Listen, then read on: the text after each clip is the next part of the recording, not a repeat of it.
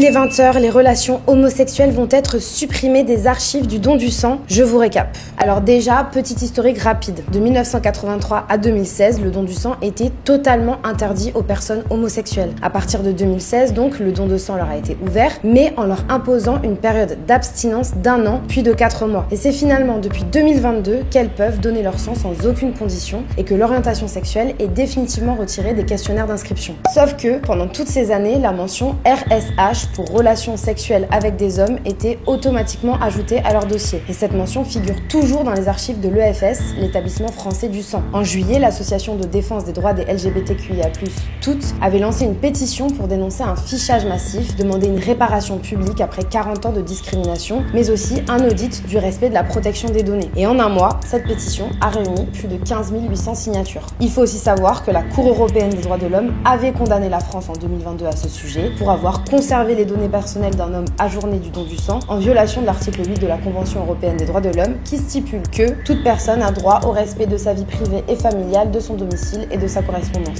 Et je vous en parle aujourd'hui donc parce qu'on apprend que l'ESF va finalement supprimer ses archives en expliquant que ces données n'apportent plus de valeur en termes de sécurité transfusionnelle. Les dossiers des hommes ayant été ajournés vont être supprimés, mais on ne connaît pas exactement le nombre de dossiers concernés. Pour le collectif Toutes, c'est une victoire pour le droit à la vie privée et à la dignité de milliers d'hommes homosexuels et bisexuels. Bon, il faut cependant noter qu'il existe encore des contre-indications pour le don du sang qui concernent tout le monde. On peut par exemple lire sur le site de l'EFS que vous ne pouvez pas donner votre sang si vous avez eu des relations sexuelles avec des partenaires différents au cours des 4 derniers mois.